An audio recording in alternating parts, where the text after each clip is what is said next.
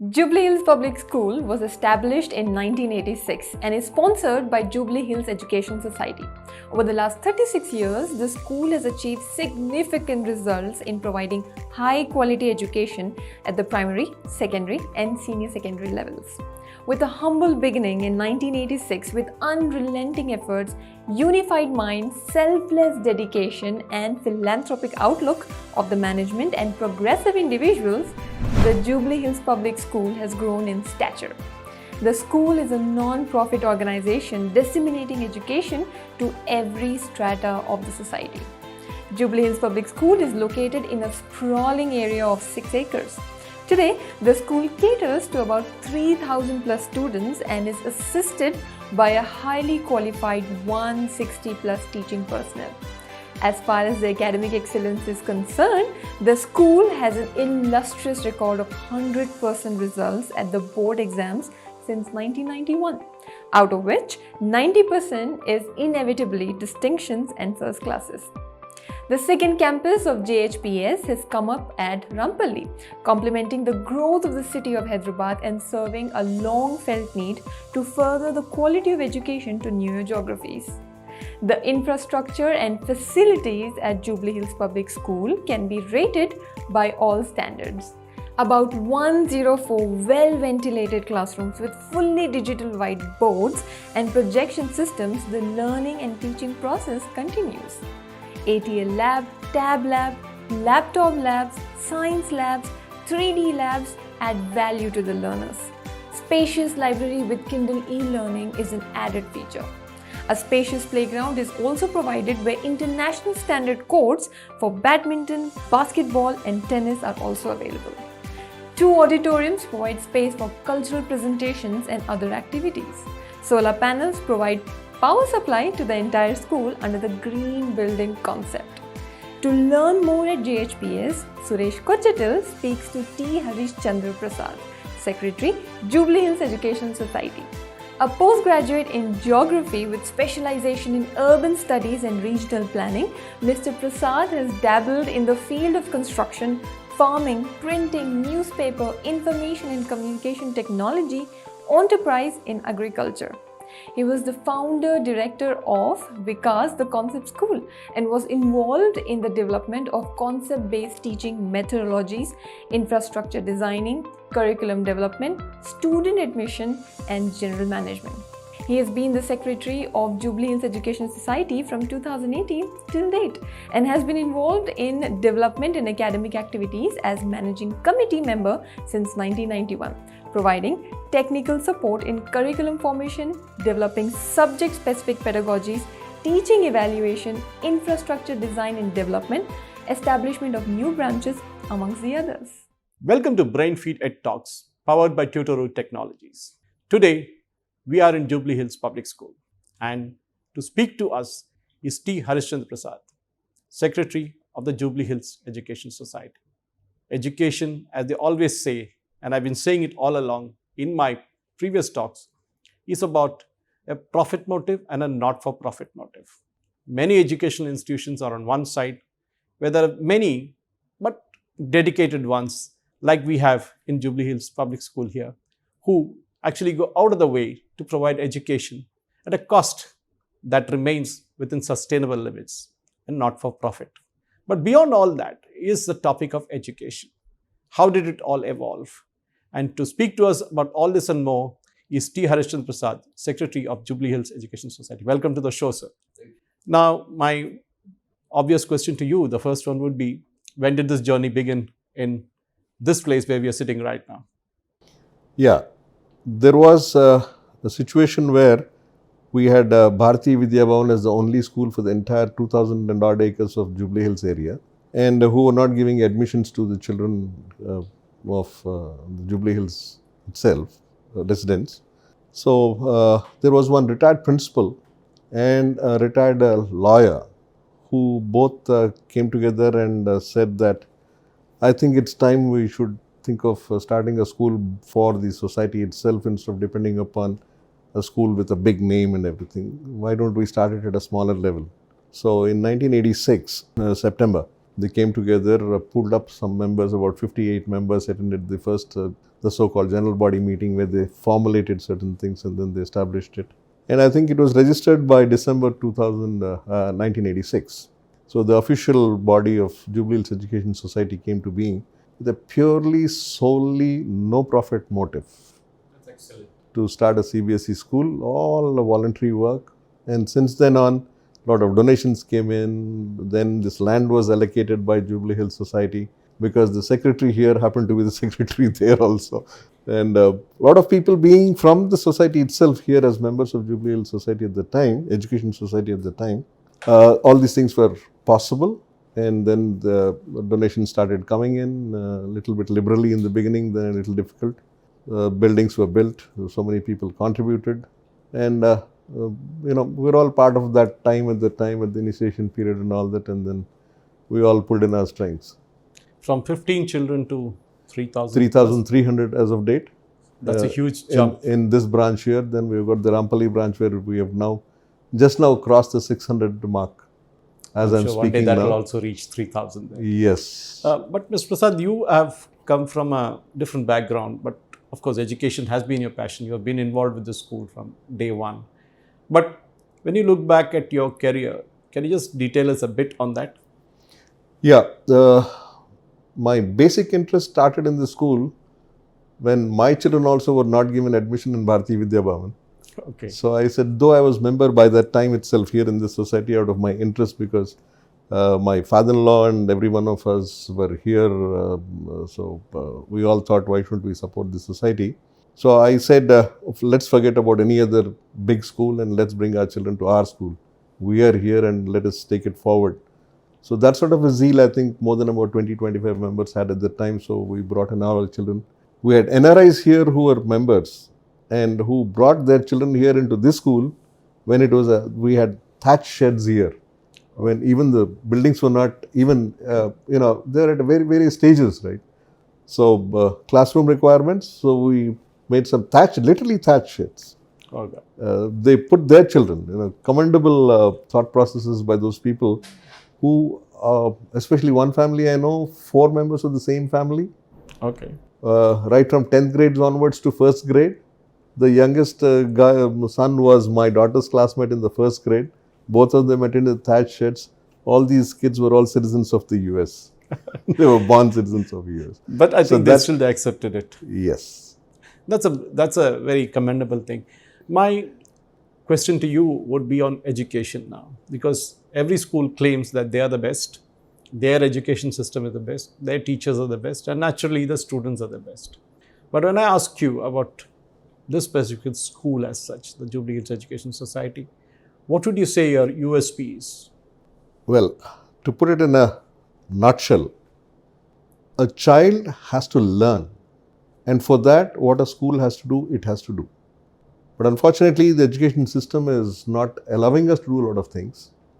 But then the bottom line is that a school has to be for a student. Second comes the teacher, third comes the parent. Never for the school. These are all buildings. Somebody provides, somebody donates, somebody wants to get a name, they can get a name, fine, that's about it. But then no. The child has to be educated. That is the bottom line. So when we talk of NEP and other things that that's now like on paper it's still evolving as we go along. When you look at teachers, because they are the most crucial part of a child's development process. I mean, they can literally make or break a child's confidence, career, or whatever you call it. When you train the teachers and when you talk to them constantly and when you interact with them, what do you tell them? There are 2 major problems in the whole education system that have been going on, and that is rote learning had become the thing for, 50 years now. Yeah. And that was the worst thing that ever happened to our education system. As a student of the ISE in those days, the Cambridge system of examinations and all that, they are so vastly different compared to what was happening in my brother's school, in the so-called missionary schools there. Though my school also was a missionary school, but still, because of the system of education, it was completely different methodology of teaching itself. Now today, I am not an engineer, but I head a construction company. I teach my engineers how to think when they're laying concrete. I don't know anything about concrete in such as a basic education program, but by experience it teaches me. I teach the teachers here how they should deliver the classroom lessons, how to catch a student. That is the fundamental problem with teachers. They just have to complete the syllabus because the syllabus is so vast, and it is not easy for a teacher to complete the syllabus, mind you. Given their backgrounds, it is all the more tougher. The main gap here is when a teacher is delivering, a child has to be listening, be concentrating what the teacher is talking about, and try to understand. But then the minute a teacher is a little bit boring, the teacher can't speak properly, or there is some distraction. Once a child gets distracted, the child loses the connectivity to the topic, to the subject. Then comes the major problem. The teacher can never recover that lost topic with the child. This has been my experience as a student. That's true. And I don't want any other child to lose it that way. So I tell our teachers as to what should be the thought process when a class is going on. Very simple fact. The child is very seriously watching the teacher, listening to everything. Suddenly through the window he sees a bird fly, zip, and then he goes and gone. This is gone, zip. These things are the nuances that a teacher has to follow to try to catch the student properly and concentrate on those parts which will make teaching interesting to the child and forget the rest of the chaff.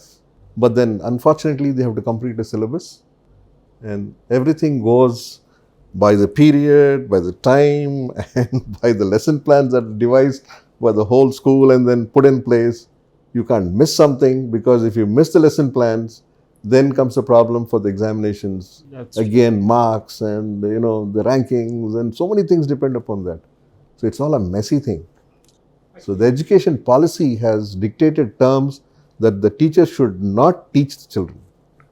They just need to be given dictation, notes, mug it up, write it back, period. And actually that would have been made worse by the pandemic, because suddenly for almost 2 years, 2 academic years, you had students in their homes and teachers in their homes sometimes, or sometimes they come to the school to deliver these online lessons. How much of a challenge do you think that was? Well, I don't know how many agree with me, but I don't believe this to be true. I believe that COVID and Corona have given a wonderful opening for the education system to reduce the burden on the child. Now just imagine, if you have to teach a child in the classroom, 40 children are there and the teacher is writing something on the board, every child gets distracted. True. Here, the problem is, if one child wants to get distracted, only that child, he may skip something, he may use the computer to, skip off from there, put a photograph or something like that and hide behind it and do whatever. But then if there's a watchful parent, fine, otherwise he may lose the topic. But then the recordings can be again reused here. That is the wonderful thing that happened to COVID, during the COVID online teaching and everything. Children are actually now enjoying the teaching part. But there are other challenges with the children want to come to school. The main reason for which is that. And that is, they want a lot of physical interaction. Otherwise, a child is not a child. You can teach a child at home anything you want. The child can learn by themselves nowadays. So much information is there, but still, child has to come to school. They have to travel in the bus together. They have to eat together, and they have to play together. That interaction, that peer group activity, that jostling and fun and thrills, they're all lost to the kids. And what are kids for if they don't have this? And when we speak of education, one of the main grouses of educationist academics is that there is this concurrent subject as education is, where there's a tussle between the state government and the union government on this subject. I mean, it's there in other fields also, but when it comes to education, it's all the more prominent. What do you think is wrong with it or right with it? Well, in all their wisdom, the founders of the Indian Constitution, they have decided that education should be in concurrent list because we have linguistic states. So that the states can take care of the requirements of the local populations, the local language base that is there and things like that. Fine, it's all wonderful. But then they also created a superimposed national program also on this, but did not enforce it at any point. They gave sufficient freedom for the states to develop completely right up to the completion of the school level itself, their own individual teaching or curriculum fixation program. This, I think, is not very good for a country to have, because that is, I think, one of the main reasons why we have a lot of differential levels of children. Children coming from the rural areas, they cannot interact or mingle with children from the urban areas. That's true. Even in the urban areas, the crowded area rungs are different from the elitist areas and all that. 60 children per class versus 21 children per class. My brother went to a class where it was 80 students. I went to a class where it was only 40 students.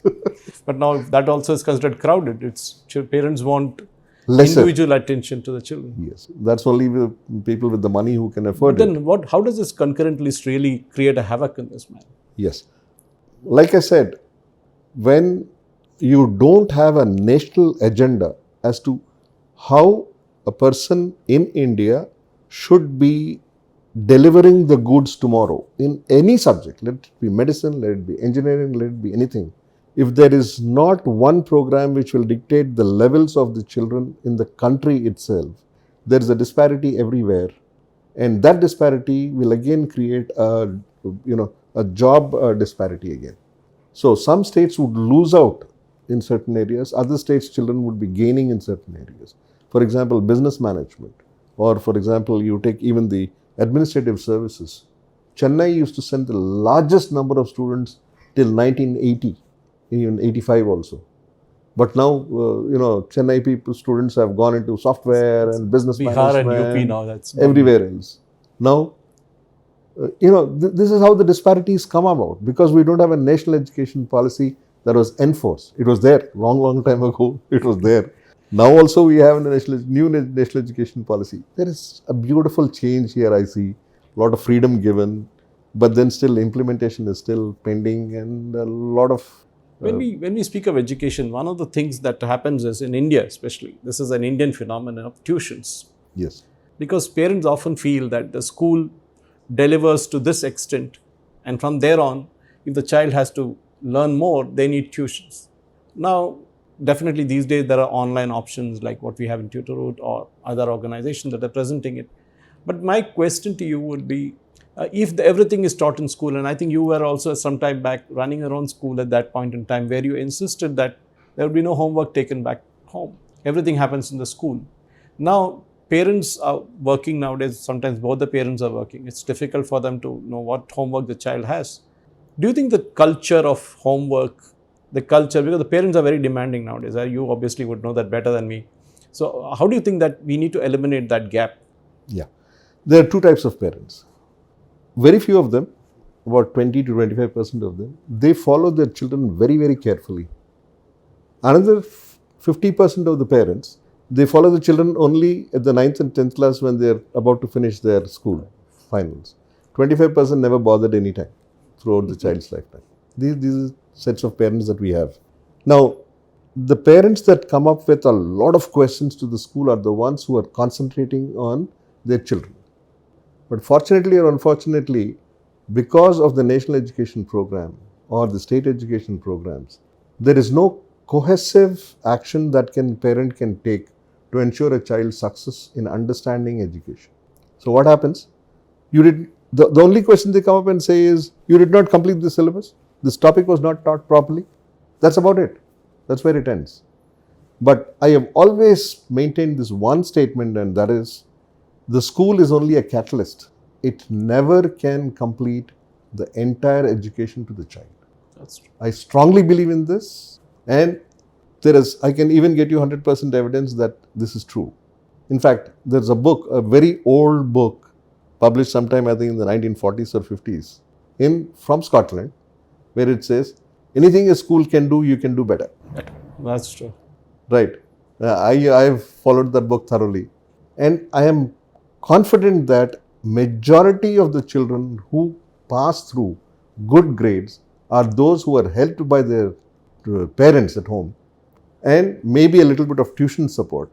But how much can one teacher in a classroom of 40 deliver to all the 40 children at the same time at that same level? It's impossible. Because one child may be aggressive, another child might be dull, one has ADHD issues. Exactly. So with all that variability in understanding, now there is one more very major fact. I don't know how many correspond to that. The situation is that the background of a student at home also dictates how much a child can grasp in the class, That's true. right? Yes. Like I was saying, a bird flies and then the child loses the subject. But when the teacher is speaking, the pronunciation of the teacher of English language, the language of delivery here in all the English medium schools, we have variants right from Kerala on to Kashmir. Each one is speaking in a different dialect. That's And children they tend to miss out a lot of words that are spoken in a Bengali dialect or a Gujarati dialect or a Tamil dialect. And then it's gone. So these issues are, real time, and I don't know how we are going to address that. It's quite a huge task, humongous task in this country with so many dialects and so many different types of cultures coming into play. That is the reason also why we need a national education policy firmly for the entire country as one viewpoint. You built a beautiful studio in your school campus, and it's been here for 10 years, I guess. And you've been using it to provide an extra bit to the education, what they wouldn't get in the class. Did you see the pandemic coming? Because this is 10 years ago, isn't it? So Yes. how do you really use that studio? Well, pandemic was not the concept at all at the time.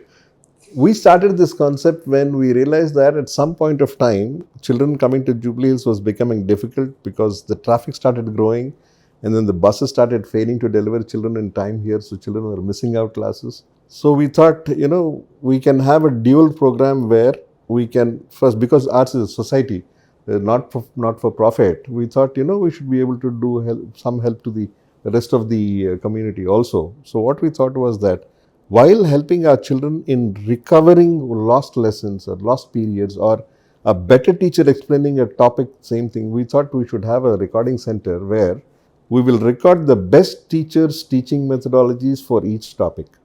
We're talking about science at 8th class or 9th class level. Biology, one teacher teaches very well. In biology also, botany, one teacher teaches well. Zoology, another teacher teaches well. Similarly, physics and chemistry. Similarly, mathematics. In mathematics, geometry, one teacher. Trigonometry, another teacher. true. So we thought we'll get the best of who can teach which one, record it. And in case a student has missed out, not able to understand a particular topic, we thought this sort of a thing when played back would help the children. And we were also of the view that once we have this thing completed, the whole program completed, we can go on air free of cost to the rest of the country.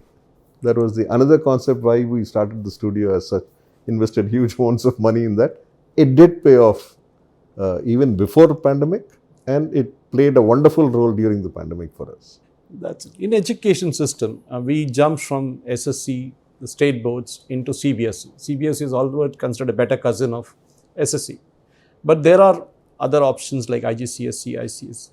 Then there's IB. But over the years, some schools have started offering these streams of education with various degrees of success. Do you think the time has come for Indian students to be exposed to the international methods of learning? And what do you think the pitfalls are there? Yeah.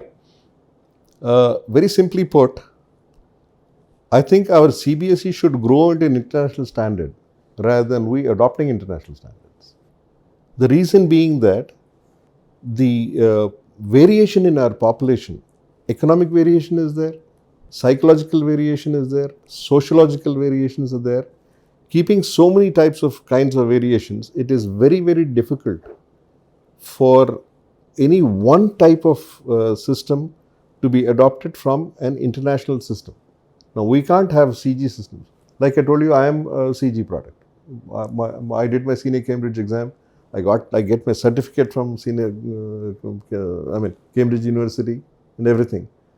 But then it is so different that a child who is growing in the Indian villages, it is very difficult for the child to be provided with all those facilities that can be given. So you have that variation coming in again. Only the rich can afford IB because IB has got a huge fee or royalty systems and all that. So affording that is difficult. But CBSE is universal in the country. They should improve their program to match the IB programs. Essentially, what happens there is very simple, nothing big or nothing small about it. They remove of all the useless material that is crammed into the children at the first grade, second grade, third grade. Imagine a 5-year-old child talking about the weather or water cycle. Theorems and Right? Completely absurd. that's true. The other day I was talking to somebody. I don't even know why they taught us all these trigonometry. Tan theta, sine theta, cos theta. I never used them in my life ever. That's what most of them say. And please remember this. As a builder, I'm telling you, I interview at least about 20-25 students, graduates who want internship in our company, civil engineering graduates. The basic questions I ask them are, how many inches make a foot? Inches make a foot? They don't know. Okay, come back and tell me, how many centimeters make a foot? Sorry, no. They are supposed to pour concrete tomorrow into my thing. They don't know the conversion factors. Cement supplier, concrete supplier sends me in cubic meters. I have to pour in square foot here.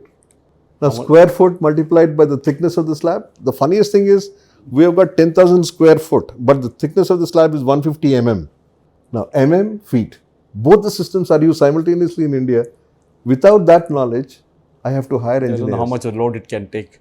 Forget that. That is high science. Okay. This is basic calculating. 1 cubic meter is 35.31 cubic feet is not known like this to any engineer today who comes out of the engineering college. Forget that. 12 inches make a foot? Sorry, no.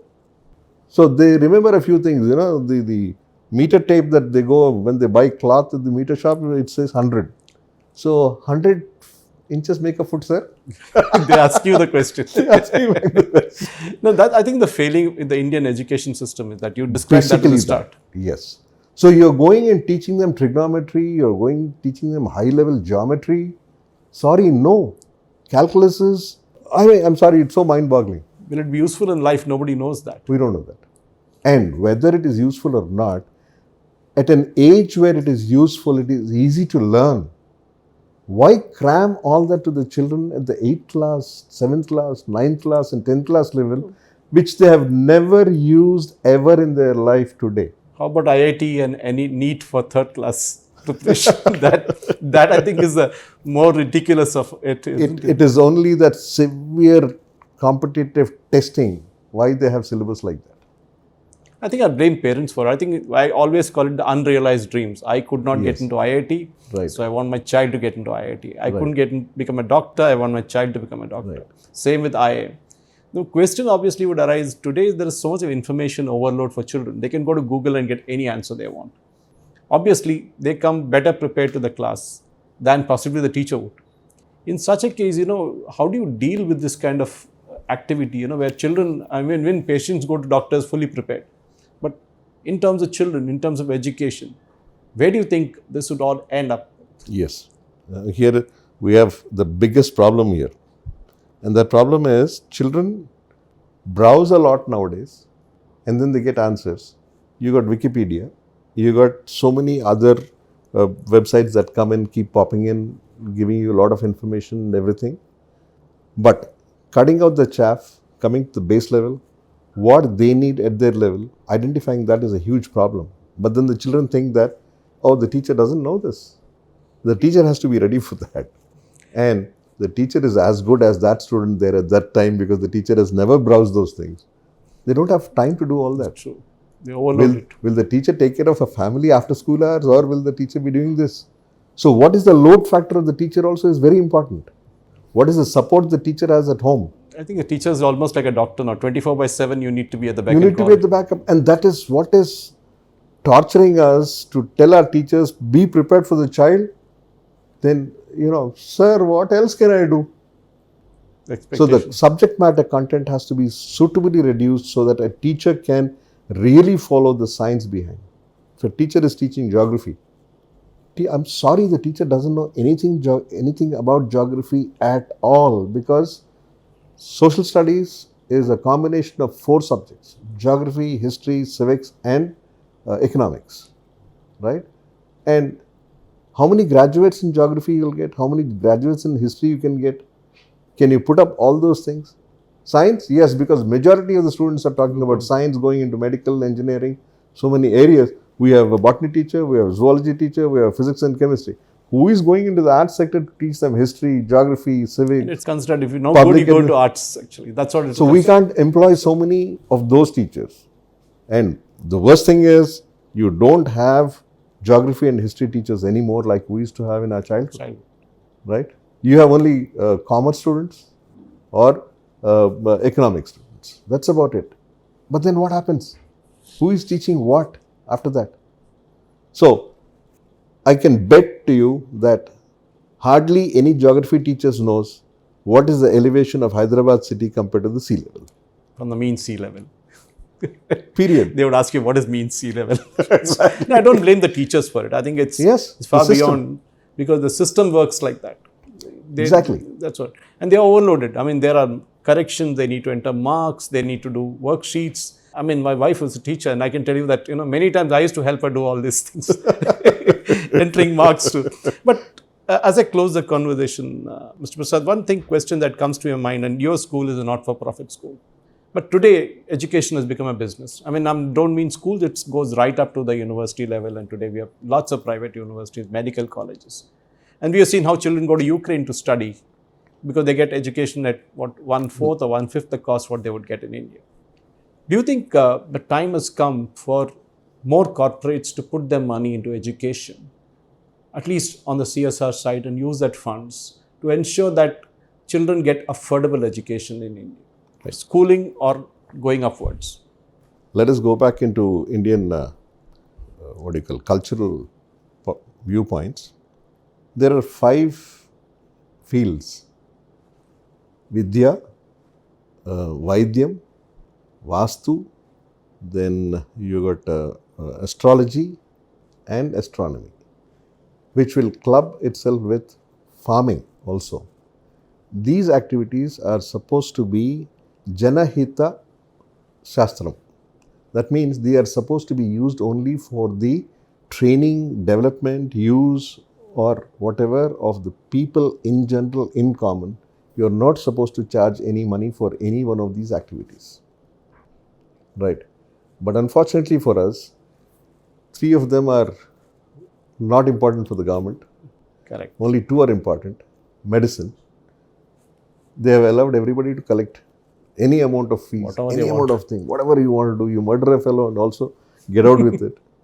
But when it comes to education, it is the only profession that says that it should not be delivered at a cost to anybody. So all these societies have to be voluntary societies. Who wants to spend so much time as to run an institution and try to train a child free of cost? In those days, yes, the nobles and the aristocracy or the landed gentry, the kings, they were all there. They were supposed to provide. No, they were not philanthropists. They were supposed to provide. That is what was ordained to them. All these are children of their own subjects. They have to take care of them. So they did whatever they did. But once independence comes and you are a democracy, there is no more a king or a kingdom or anything left. Government is supposed to take care of it. That's what most of the democracies do. They take care of education along with medicine also. The healthcare and education are the basics. Education also. But please remember this. They also leave education to the private sector completely. They don't interfere with that. Whoever wants to be educated at that level, they would pay and do it. What's wrong with that? Like I go to Apollo Hospital or some other big hospital and I pay so much. And then the poor farmer in the village, he has to go only to that PHCN. Yes. So where is the semblance between these 2 professions? There must be a balance somewhere. Why should education be given free and medicine should be charged? That's a question to be asked. That's a question to be asked. But more importantly, if a private school, look, I'm very, very averse to this term of a private school by the government itself. The NEP document today says private, then corporate. All these words are used in the NEP. Isn't there somewhere a sense that these are privately managed completely? But still you say they should be done through a society, a non-profit organization only? Who is interested? That is one of the main reasons why education has failed in our country. You haven't given freedom to people to be able to deliver. Okay, I'll give you a small example. A person who is very good at teaching maths, in fact, we have examples in our school where they said, I don't want your job, I'm getting out. They earn 10 times more than what the school can pay to them as a tuition master. That's true. And that is how all these tuition centers have come up. All these 10th class coaching centers, 12th class coaching centers, they're all only tuition schools, right? That's true. Why? There is no restriction there in giving education. They cram as many children into the class as possible. And then what? Nothing. It's like a factory or Exactly. protection. So what have we achieved? To keeping this education, putting so much pressure on making education reach out to the smaller people or less endowed people. And then you want to push something which nobody is interested in doing. CSR funds, fine. Let me tell you this. How many CSR funds go to school education compared to the CSR funds for other areas, other social areas? 2%. Photo opportunities are not there. That's about it. They need more photo ops. And more importantly, a teacher has to be paid a proper salary. Otherwise, teacher can't concentrate on teaching the class. That is the biggest constraint in education. This is something that I can concur with you on totally, because I think it's most underpaid profession in the country. Yes. And they really work hard as much as any other sector. Harder than anybody else. Mind you, a doctor can leave once his job is over, go home and relax till he gets the next call. But a teacher has to take care of the corrections of the children.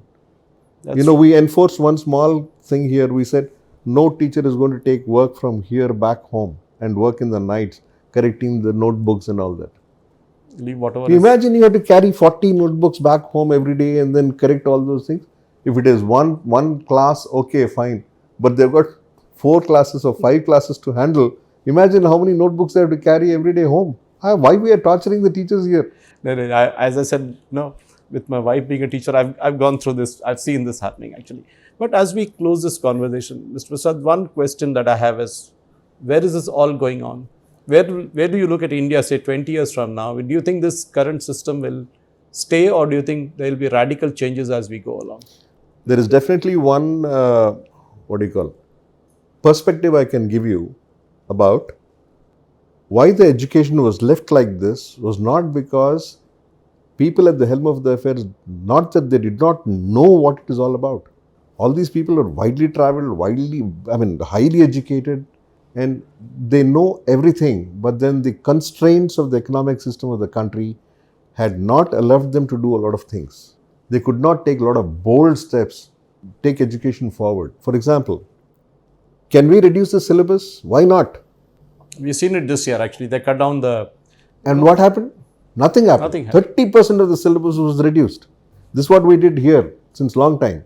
We have seen a small gap in the CBSE board program where they said that syllabus content and the textbooks can be chosen by the school till about 8th class. So we said all the redundant thing.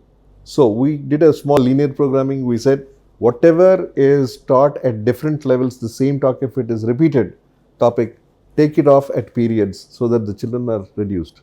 So we could reduce quite a lot of syllabus and burden on the children. None of our children, found any deficiency. Now, when COVID came and the government of India announced that 70% of syllabus is enough, what were the topics that were removed by the CBSE board or by the state boards is a question that I would like to ask them. And why they were taught all these years is another question I would like to ask. Nobody thought about removing them in the first place. Exactly. So that has been my point. Like I said, this tan theta, cos theta, sin theta, what are you going to do with it? Relevance to day-to-day life is never there. Yes. As somebody said, we need more ITIs than IITs actually. We don't get a plumber, we don't get a carpenter. Exactly. Or we don't get anybody for that matter at that level to do service works. Yes. There is no pride in doing those things first. That's true. But more importantly, to answer your question finally, the methodology of teaching now, given the fact that COVID has taught a lot of lessons to us, where now children can be taught online without really attending a class. Homeschooling. Physically. Homeschooling can be done by the school now instead of parents doing the homeschooling. But call the children here for physical activity, on hands activity.